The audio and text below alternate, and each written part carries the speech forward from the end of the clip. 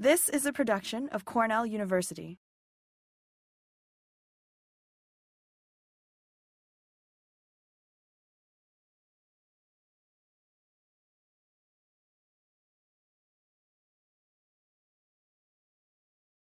Well, thank you all very much. Thank you, Mike, for the invitation. Thank you to all the faculty and students that I met with today. I appreciate your kindness. I appreciate your hospitality very much. I'm Lou Ziska. I used to be with the Crop Systems and Climate Change Laboratory. I am now with the Adaptive Crop Systems Laboratory, and I will leave it to your imagination to determine why that it might be. I have a lot to talk about today. I wish, in all honesty, that I had an entire semester to talk about climate change and CO2 and food security, but I only have about an hour. So I'm going to try and condense that entire semester into the next 55 minutes or so. I will give you a midterm. There will be pop quizzes, and there will be a final exam, so that you feel like you've actually gotten an entire course worth out of this. Let's begin with some definitions. The obvious one is, what do we mean by food security? Basically, there has to be an adequate supply. The food has to be safe. It has to meet dietary needs, and it has to be available. As agriculturalists or plant scientists, we focus, understandably, a lot of attention on production. But the food also has to be safe. The food cannot contain pathogens. It cannot contain contaminants. It has to be safe to eat. The food also has to be nutritious. It has to be able to supply enough energy and vitamins and minerals in order to support an active lifestyle. And finally, the food has to be available. It has to be equally distributed. And I bring this up because this is something that I've experienced firsthand. My father was in the military, and in the beginning of the month, we ate very well. But by the end of the month, not so much. I don't say we invented meatless Mondays, but we invented meatless Tuesdays, Wednesdays, and Thursdays. Right now in the United States, about 1 in every 6 children goes to bed hungry every night, and I find that unacceptable. I hope you do too. The extreme form of food security or food insecurity is famine. And since the onset of civilization, famine has accompanied food security or insecurity.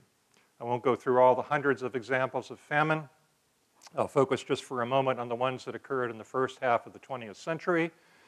Those in Russia, which killed approximately 17 million, China, 36 million, India, 3 million. To put this in perspective, today about 8,500 children die every day because of starvation. They are simply not getting enough of what they need in order to live a proper life. When I say starvation, what happens is that those children die not because they're not getting sufficient calories, but often because they become so weak that they become targets for opportunistic infection. To give you some perspective on this overall, the estimated deaths from World War II were about 55 million. The estimated deaths from famine from 1900 to 1970 were 60 million. It has been, as far as civilization is concerned, just simply the cost of doing business. This all changed in the 1960s. In the 1960s, we were looking at a crisis. We estimated that the globe could only hold about 3.5 billion people. And we saw from 1900 onwards that the population was quickly approaching that particular threshold. And the idea of a dystopia where people would be starving very much led to a change in the social media of the time, from movies like Soylent Green to books like The Population Bomb to television. This is The Mark of Gideon, just a Star Trek episode, season 3, chapter 16, and yes, I am a Trekkie. But that really caught the imagination of everyone, that somehow we were going to have this dystopian future where there would not be enough food. And yet, today, there are 7.5 billion of us living on the globe. WTF, right? The F stands for food, folks. Come on. All right. What happened? What changed? Well, 2 things. The first was an invention by Fritz Haber, known as the Haber-Bosch process, taking nitrogen out of the air and converting it into ammonia, into fertilizer. And as you can see from the right-hand graph, the amount of fertilizer use has increased proportionally over that time. In the 1960s, it really took off. It quadrupled. And today, I think we're a little over 120 million metric tons of fertilizer use globally. Fertilizer was one of the important discoveries. But the problem was, if you look at that graph, you see that there wasn't much nitrogen use prior to about 1960, and yet the Haber-Bosch process was invented during the First World War. What happened? Well, if you look at this picture, you can see that these scientists standing in a wheat field in Mexico, that the wheat goes up to about their shoulders.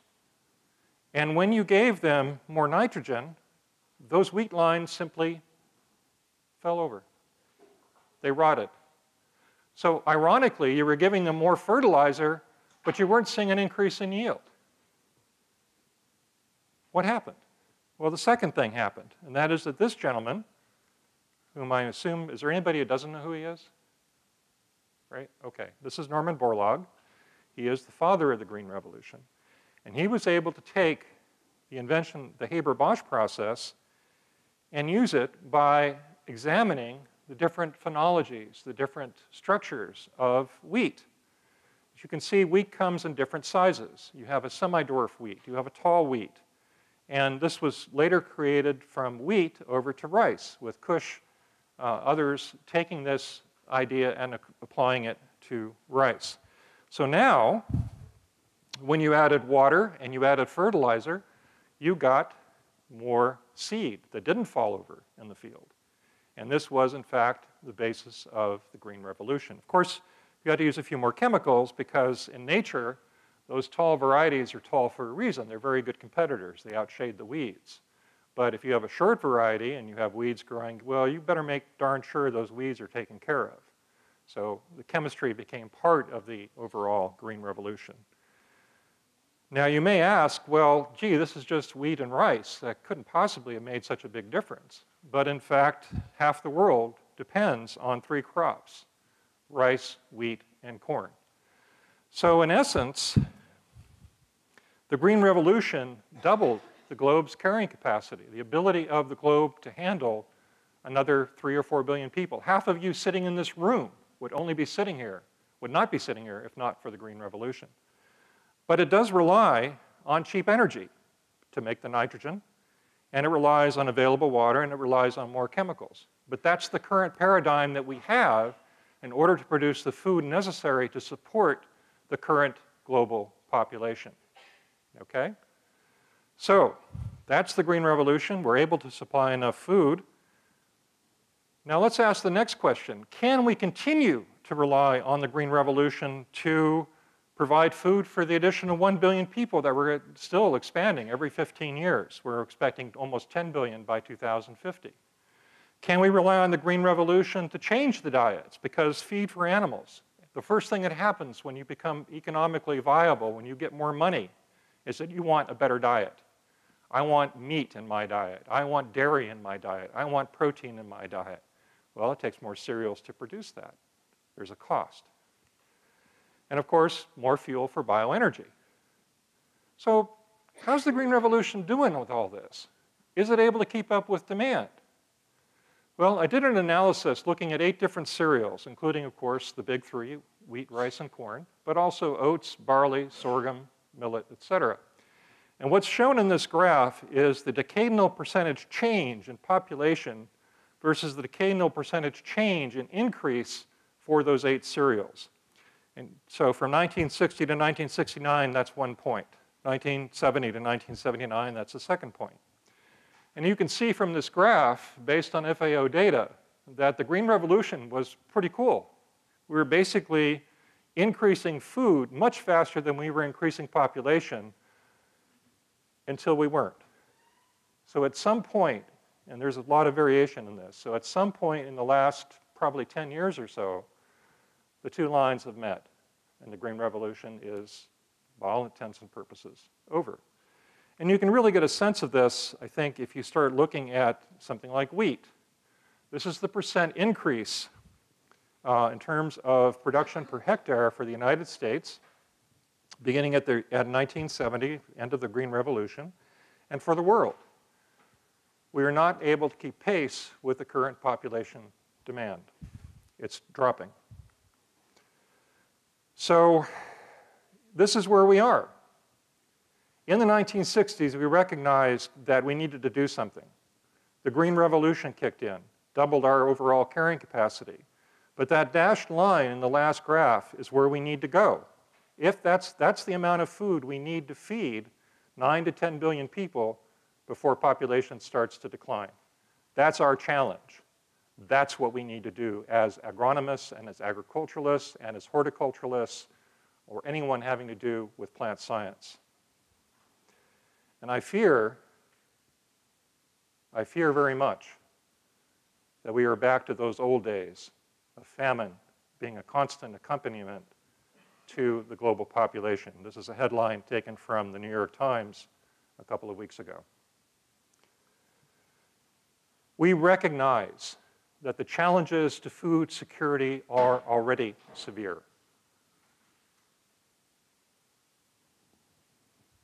Not just for the 10 billion people that we expect, but to maintain food for the 7.5 billion people that we currently have. But there's more.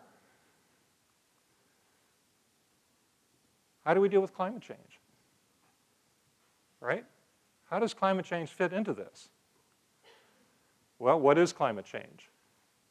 We know that CO2 is increasing. It's over 405 parts per million currently. This is the data from Mauna Loa, the longest continuous record that we have for carbon dioxide. We know that CO2, about 90% of it comes from combustion of fossil fuels and cement, about 10% of that from land use change, and then we see where the CO2 goes. About half stays in the atmosphere, half gets reabsorbed by photosynthesis, and about a quarter gets reabsorbed, and about a quarter of it goes into the oceans. This isn't rocket science. If you take a fossil fuel, whether it's coal or oil or natural gas, it's carbon, and you oxidize it, you burn it, carbon and oxygen, CO2. Chemistry 101, right? So these are the CO2 concentrations that we can expect, and I won't go through all the different IPCC projections, just to point out that the bottom green line is the everyone drive a Prius, hold hands and turn your thermostat down line, and the upper line is the actual business as usual line, and that's exactly where we are at the moment. So all of this essentially means that there's going to be an indirect effect of rising carbon dioxide is going to be warmer temperatures.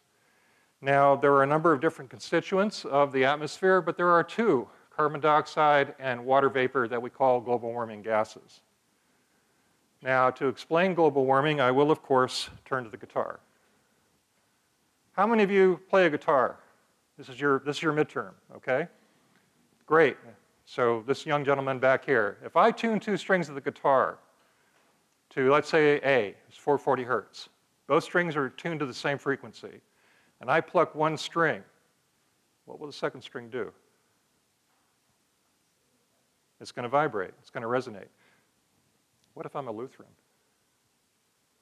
What if I'm a Lutheran? Will it still vibrate? Yeah? What if I'm a Republican? Will it still vibrate? You're not sure? Okay. All right. All right. So you're telling me that the laws of chemistry and physics don't depend on religious denomination or political affiliation. Is that what I'm hearing? All right. Crazy, crazy guy. No, you're absolutely right.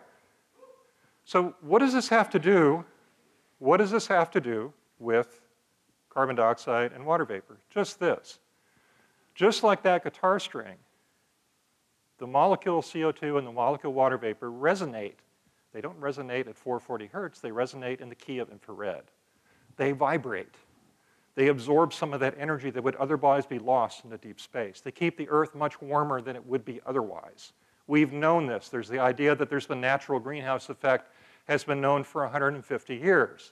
Without CO2 and water vapor in the atmosphere, you would all be sitting around a fire covered in fur, right? But as you add more, there is a sweet spot. There is a Cinderella. There is a, sorry, Goldilocks. I get my Grimm brothers metaphors mixed up. But there is a Goldilocks area where too much and too little, all right?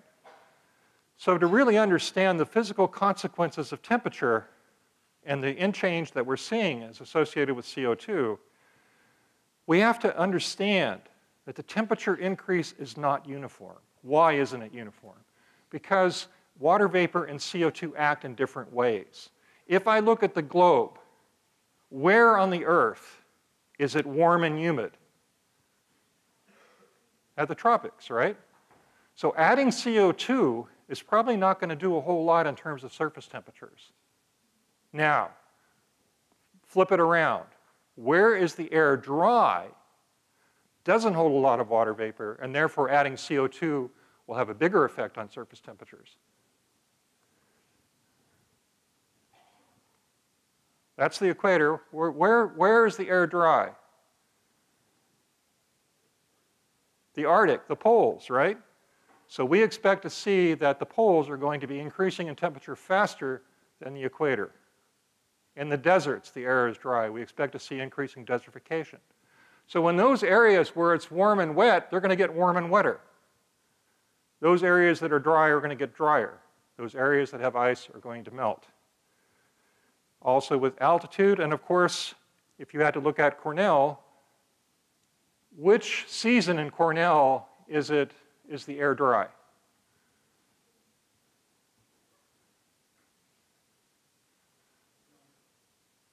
Sorry? Winter, thank you. So which do you expect to warm faster, winters or summers in Cornell? Winters, exactly. So we expect to see this disproportionate change in warming temperatures, with winters warming faster than summers.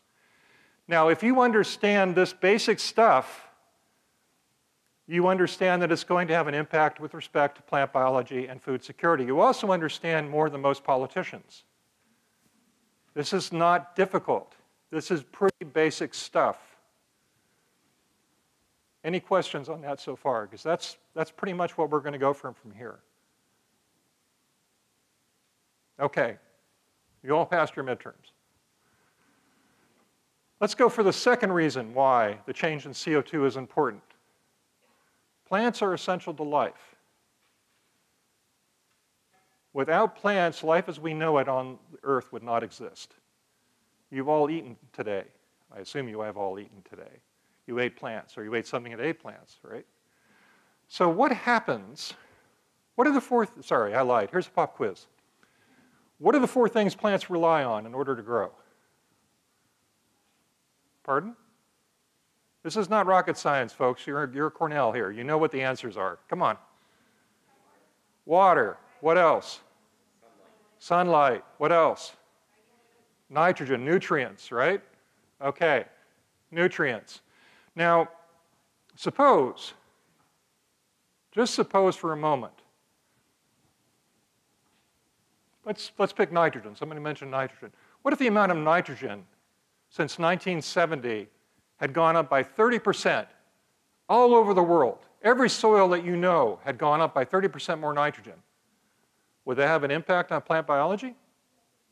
Yeah. Here's a $64,000 question.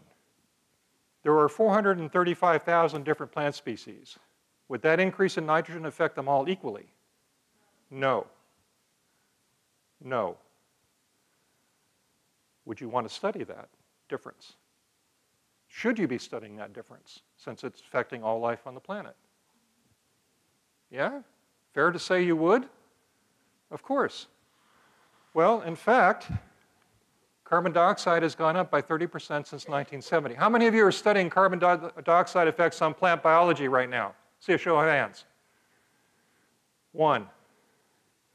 Bless you, sir.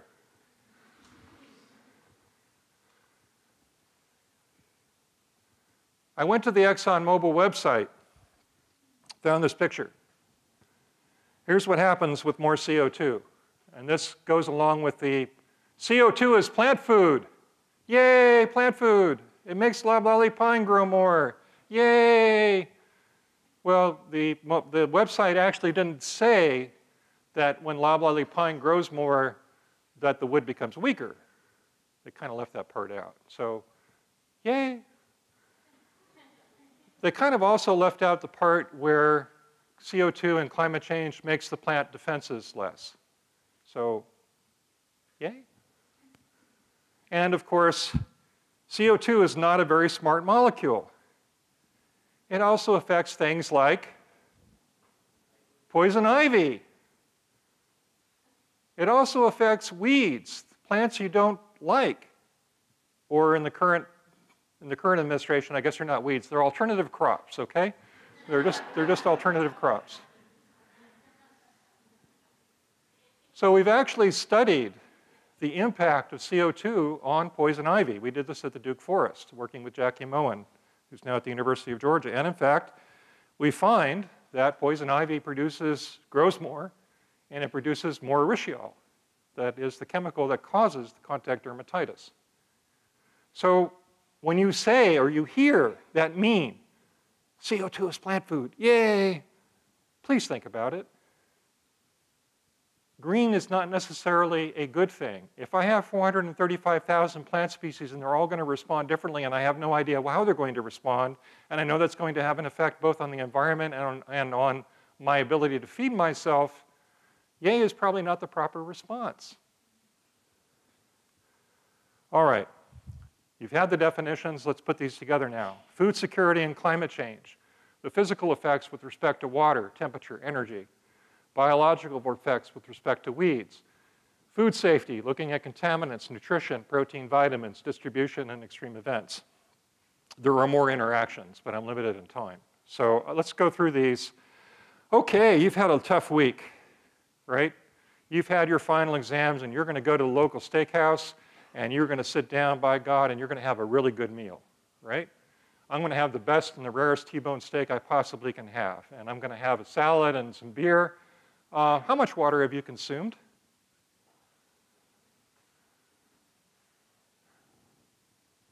$5 gallons? 10 gallons? Any guesses? 100. Okay, do I hear 200? Do I hear 3? Okay, let's go through the numbers. The beer takes about 20 to 40 gallons of water that are transpired in order to produce the barley and the hops to make the beer. The potato takes 20 to 30 gallons. The slice of bread takes 20 to 30 gallons. The salad takes 40 to 900 gallons, and I should explain that depends on what you put on your salad. Okay, so it can be just plain lettuce, or it can be something really fancy. And the steak takes between 2,500 and 5,000 gallons of water. Ag depends on water. 75% of all the world's fresh water is used in ag. It is the most important resource. We use a lot of water in ag because plants use a lot of water. Leaves transpire a great deal of water. It's about on an average, about anywhere from 500 to 1,000 molecules of water for 1 molecule of CO2. And just to give you some sense of the water intensity, going from beef down to potatoes. Where you eat on the food chain makes a huge difference in how much water you consume. Where does ag get its water? Well, it gets it from a number of sources. One of the most is rivers. I grew up in Southern California, not far from the Colorado River, and it starts in the lower part of the Rockies, flows through the Grand Canyon, and provides the border between California and ag. Now, in Southern California, you learn to appreciate different shades of brown. There is no real green there to speak of, until you go to the Imperial Valley, where you see acre after acre after acre of lettuce and other things that are being irrigated from the Colorado River. And that's the Colorado River just before it goes into the Gulf of Mexico, because every ounce of that water has been taken out for ag before it gets there. That's the Rio Grande. Sometimes it flows to the Gulf of Mexico, sometimes it doesn't. Other rivers that no longer flow, the Yellow River, the Indus River, the Murray-Darling River. All of these either flow intermittently or have stopped flowing altogether to the ocean. All that water goes, for the most part, into growing ag. This is what's happening to the snowmelt and the glaciers that provide the water for those rivers. All of you know this. River flows diminish over time, even as the need for rising temperatures and climate change exacerbate irrigation needs for ag. When you look at averages and temperatures, they're changing quickly, particularly in regard to extreme temperatures. Temperature per se has a big effect in terms of flowering. Vegetative growth has an optimal temperature much higher than that of flowering. And when you add the effect that when they reach a critical thermal temperature, plants no longer reproduce, it is not a question of a declining yield, it is a question of going from full to zero yield with a very small change in canopy temperature. We did some work with rice at Erie, looking at the percent of filled spikelets. And what we were interested in is looking at the effect of CO2. We know that CO2, in addition to being plant food, also causes the stomates to close, which means that it causes less transpiration or less evaporative cooling coming off the canopy. So when we looked at the percentage of filled spikelets as a function of air temperature, what we found was that the elevated CO2 was showing a much stronger response in terms of floral sterility for the same air temperature, in part because of the transpirational change that occurred with more CO2. This is some work that Diane and Susan will probably recognize. But basically, this is looking at the optimal temperatures for a number of different rice lines. That optimal temperature is about 29, 21 degree day-night. The average increase in yield, again, CO2 is plant food, was different depending on the variety. And that black line really stood out. And I'll talk about that black line a little bit more later. But when you look at the CO2 as plant food meme a little more closely, this is seed yield with increasing temperature. Here is the 29, 21 degree temperature plus a 37 degree temperature during floral, that is during flowering. And if you did that, then there was essentially no effect of CO2, well, for a couple of varieties. If you grew the rice under high day-night temperatures, 34, 26, and then if you grew them under both a high day-night temperature and a high floral temperature, in essence, you are overall reduced the effect of CO2 in terms of plant effects on yield. And that is, the x-axis is the elevated, which is about 600 parts per million, minus the ambient 400 divided by ambient, so it's a relative term. Energy, it takes a lot of energy, as we talked about, to grow food. Nitrogen for corn takes about 200 pounds per acre. That nitrogen does not come out of the back end of a cow. It comes from the Haber-Bosch process, which is fossil fuel dependent. So as oil costs go up, food costs go up. And you can see on the left is oil costs, on the right is food costs through 2012. That's the Haber-Bosch process. It takes a lot of energy and a lot of pressure to make N2 into ammonia.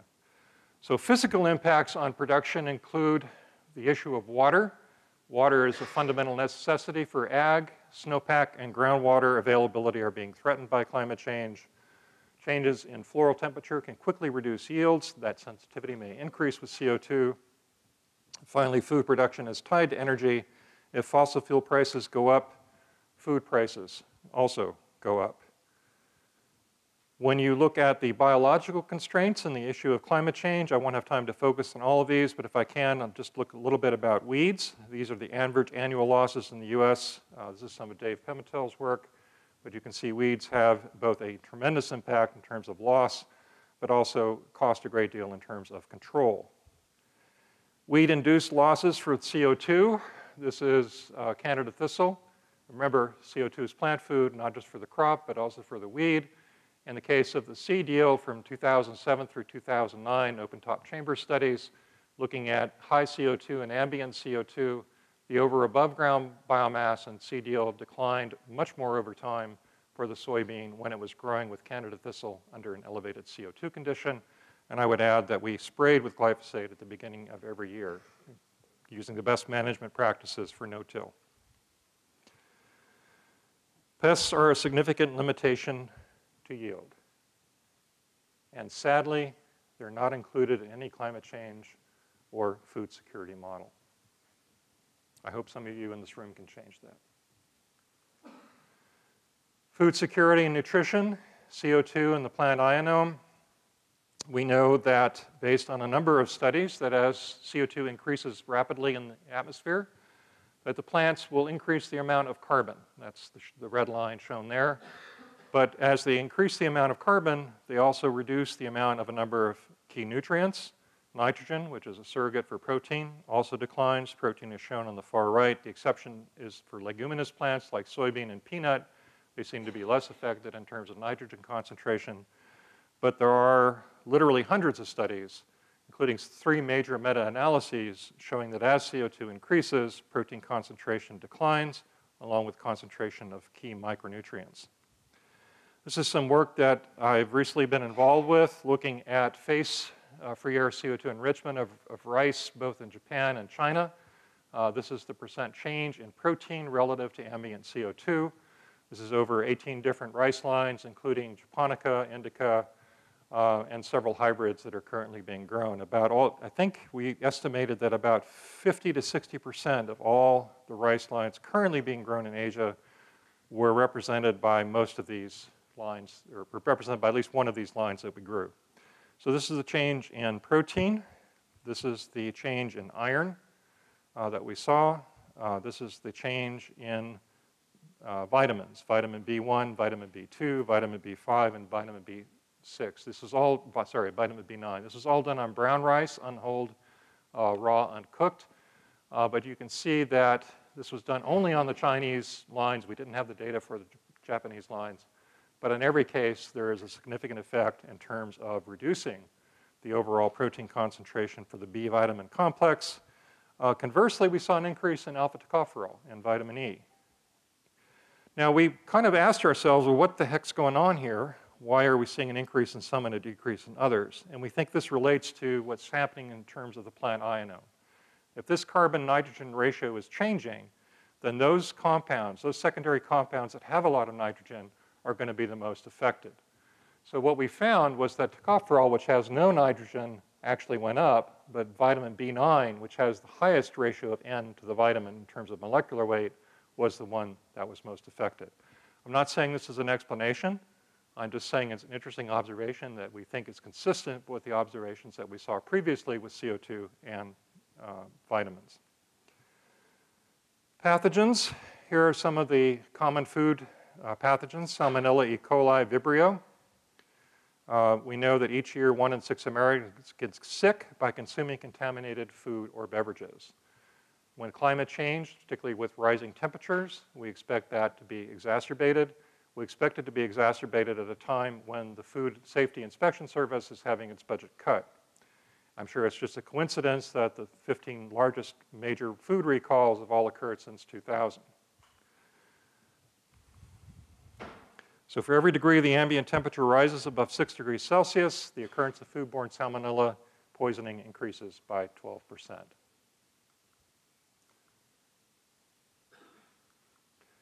Storage and spoilage are important determinants as part of the food chain.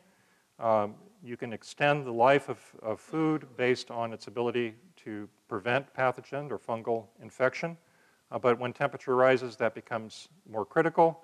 And if you look at things like major power outages associated with climate change, that tended to be going up over the last several years.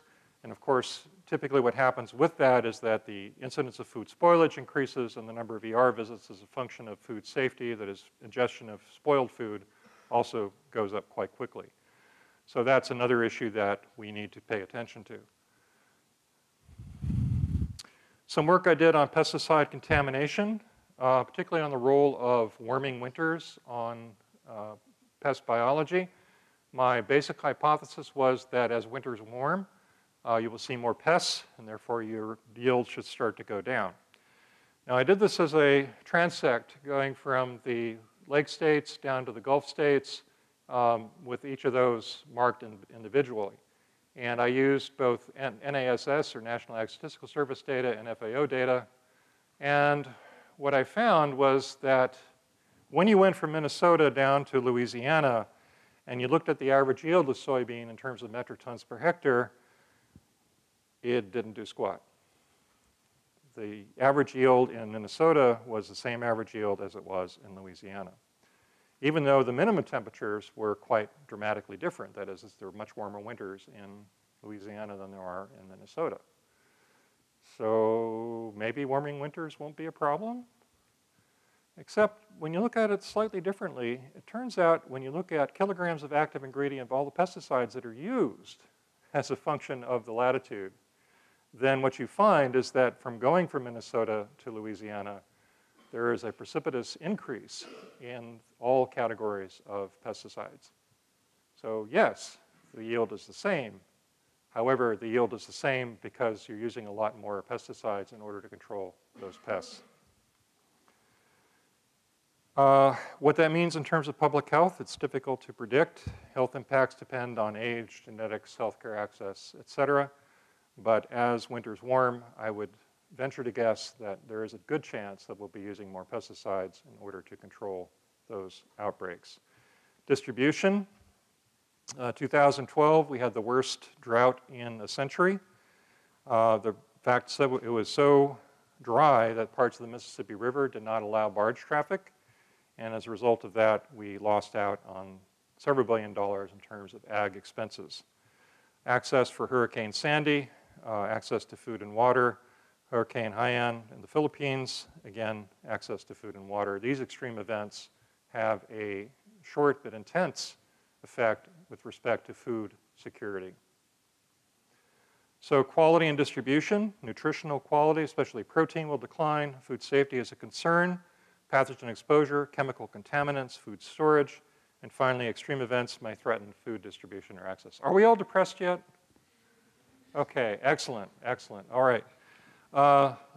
Let's throw a little hope your way, okay? Yes, crisis, right. Climate change poses an existential crisis, not only for future food security, but for the current Green Revolution paradigm. The crisis, as we know, is also opportunity. What are the things that we can do to make it better? Well, here are some. Resource management technology, polyculture, urban ag, crop genetics, rethinking pest management, and finally, education and communication. Now, none of these are what I would call one-size-fits-all or magic bullet solutions. These are, at best, magic buckshot, except the last one, education. I'll talk a little bit more about why I think that may be the solution to our crisis. There are all kinds of different things that are going on. Solar paneled heat pumps, spout readings, using human waste to recycle it for nitrogen. The middle graph figure is actually the same corn after a flooded, major flood. The corn on the left had drainage, the corn on the right did not. There's so many of those. Satellite information, my own personal hobby horse is to try and get coal converted into biochar, which can be added into marginal soils in order to improve the health of those soils. All of these innovations, all of these technologies are sort of bubbling from the ground up, and they're really cool, and they're really fun, and there are a lot of that going on. Polyculture, this was the farm back in the 1940s, where you had food from corn to feed the cows gave fertilizer to the corn. It was a very basic polyculture. Now, of course, we have energy being provided by the Haber-Bosch process to grow the corn. The corn, however, is now given to CAFOs, or concentrated animal feeding operations, where the cows produce a lot of that, and then, of course, that goes down, washed down to the Gulf of Mexico, where it produces large dead zones, which kill a lot of the fish. Right? That's not polyculture. But if you're a cattle grower, you can add a few cents in terms of putting weight on faster at a CAFO, but overall, your end result is food insecurity, not food security. Modern polyculture has taken many forms. In Asia, it's not unusual to see ducks being raised in rice paddies, where the duck fertilizer adds to the rice, and the ducks take care of some of the things that are, affecting the rice crops. Polyculture, this is a 2-acre farm, I think somewhere in Iowa. They're growing 30 different crops, flowers, everything. And so if one thing gets affected, they have an out. They have a way to recover from it. Polyculture can be practiced in space, that is planting multiple varieties of a given cereal rather than planting one variety. The number of cultivars will depend on the number of severe events. That is to say, if I have a monoculture and everything is fine and nothing's happening to the climate, then I can max out my economic return. But as you have an increase in terms of the number of severe events, then it behooves you to include a greater amount of cultivar diversity so that you can basically ensure for any extreme event that might happen. Crop polyculture in time, which we would call crop rotation, that also can be an effective means to begin to increase your resiliency. So rotation may decrease input costs, maintain yields, increase resiliency. Urban ag, this is one that is really catching on, I think. Being able to grow crops in the city as a means for educating. We've done this, what we call the Student Discovery Garden at USDA. And I'll tell you what, when you have a kid from the city come out and pull up a carrot for the first time and look at that carrot like, where in God's name did this thing come from? This is what a carrot is. It's pretty cool. It's really emotionally satisfying. Job opportunities, chance to remove some of the, or provide fresh fruit and vegetables for food deserts. There are a lot of opportunities for this all the way around. Crop selection. This is one that I've been working on for a number of years. How do we select crops? Well, pretty much like that. How many of you go to McDonald's? You're among friends. It's okay. Raise your hand. Okay? Yeah? I like their fries. I confess it. I like their fries. But all their fries come from russet Burbank potato. 90% of all McDonald's fries come from one variety of potato. That's great if the climate's not changing, but what happens if the climate changes really fast, right?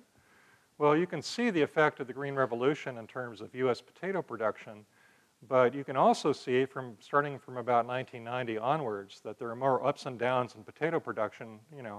These kinds of ups and downs are happening all over ag, more ups and downs than your average honeymoon. So with that in mind, one of the things that we have to do is how do we maintain resilience in our production?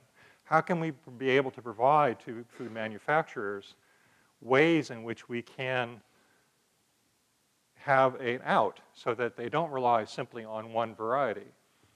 This, by the way, it's not just potatoes. This is wheat production in the United States, showing the same. This isn't millions of bushels, but you get the overall gist. We need to diversify. We need to diversify. So I talked earlier about this particular variety on the top.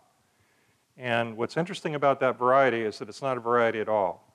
In fact, it is a weed, Stuttgart, a red rice or wild rice or weedy rice weed. And I don't know why this is not working, but it didn't. Basically, this is an evaluation of 4 different lines of rice, looking at the effect of high CO2 and warming temperatures from 2921, which again is the optimal for rice, to 3325. And looking at the effect of CO2, you can see for 4484, there is an effect under optimal temperatures of CO2 in terms of yield, but it's the Stuttgart, the weedy rice, that in fact is showing the strongest response over a range of temperatures. So by diversifying existing crop lines with their weedy cousins, we may be better able to exploit rising CO2 to increase seed yield. If CO2 is plant food, which I've argued, then maybe we can get it to be plant food not just for weeds, but for crops as well. How do we do that? How do we begin that process? Pest constraints. I'm going to offer this idea. Monitor. We keep track of incoming weapons of mass destruction, like pine bark beetles, right? 35 million acres. Gosh, if only we had, I don't know, some kind of modern device, like a handheld computer. And if we had that kind of device, we could, I don't know, we could take pictures of things like weeds, right? And we could have like a global database that we could keep with us on our little handheld computer device. And it would be one that, you know, I don't know, could be sponsored by some chemical company that would actually be able to advertise its product on that. And you could go into it and you could say, look, I have a picture of this pest, and can you tell me what it is and how I might be able to respond to it? Crazy science fiction stuff, I know, but maybe someday, right? Maybe someday. The second aspect of this is mitigation, right? We have what's called an invasion curve. When a weed shows up, it tends to show up in small numbers and then build up very quickly. Anybody know what that weed is? Very good. Bless you. Yes, it's absolutely kudzu. And can you tell me what that weed is? Kudzu, right? Is there a difference between this and that? Yeah. If I detect it early, I can prevent its spread. Once it gets to that, all I can do is weep, right? There's not much I can do to control it. So mitigation depends on early detection, rapid response. That has to be a key aspect of dealing with climate change because things are going to move. The demographics are not going to be the same. Manage. We have a lot of tools in our toolbox. We can no longer just go and spray whenever we see a weed. We have to think about it in terms of what is the weed, what damage is it doing, what demographics are there, that is, do I have one weed, do I have 10 weeds, what tools are available, when should I use them? This is actually harkening back to an old philosophy of integrated weed management or integrated pest management, which got put on hold while glyphosate Roundup became the herbicide that everyone would use and why were you studying weed science in the first place. So integration of IPM methods to assess emerging climate-driven threats. And finally, and I think this is the most interesting one, research and education. We have to get away from this ivory tower, siloed view of academia. Silos are great. I'm sorry, not silos. Actually, the modern term is cylinders of excellence. So if we get away from this silo approach to how we do science, where we can integrate, where the left eye doctor talks to the right eye doctor, right? That has to be important. We have to look in the context of climate change, and because climate change affects so many different aspects of plant biology, to be able to integrate across different disciplines. Germplasm, genetic information, access and sharing, field trials, better ag statistics, enhanced tech and knowledge transfer, all that has to be incorporated in as a means of breaking apart these silos, cylinders of excellence. Investing in the next generation. Are we losing our best minds in ag? Many of the universities and colleges that I've talked to, particularly in the agronomy department, the number of students are down. And that's true for a lot of different plant science majors. That has to change. We need our best minds, our best people to focus on the challenges that are being faced for food security in agriculture. How can we educate and communicate agricultural science to the next generation? How do we do that? There is a critical need to invest in public research to sustain and improve ag. I went through the federal budget and calculated the overall amount of money that's being spent both for ARS and for NEFA since 2003. And those are the two lines there. The NEFA line is the dashed line. The ARS line is the solid line. We are failing in our investment in public ag. And it's not to say that investment in private industry can't compensate for some of that, but it can't compensate for all of it. We need to invest in this immediately. And finally, I mentioned earlier that I thought there was one, perhaps, silver bullet in all of these potential means to fight the challenges to climate change. Sorry, I'll flash this, I'm running out of time. And I call it famine and feminism. This is the population growth that we're currently experiencing. Each day, 220,000 people are born, and they all want food. If we educate women and girls, if we offer them the same opportunities that we offer men in terms of their education, in terms of their ability to move forward in academia, then one of the things that happens is that as you increase the amount of education, the fertility rate declines. If we cannot bring population in sync with resource availability, then we can come up with all of the different tools that we want to in order to enhance production or to ensure safety, but we will eventually run out of food. This is not a new idea, but it's one that I think has particular resonance perhaps going forward. That if we can overall realize that half the global population should be educated, has every right to be educated, then we can perhaps bring those issues best into sync. Finally, the science of how we obtain food without destroying the environment that provides it is fundamental to whether civilization endures. That is not post-truth, and that is not an alternative fact.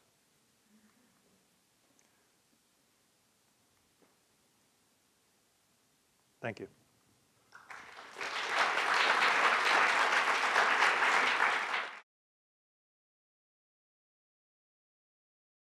This has been a production of Cornell University, on the web at cornell.edu.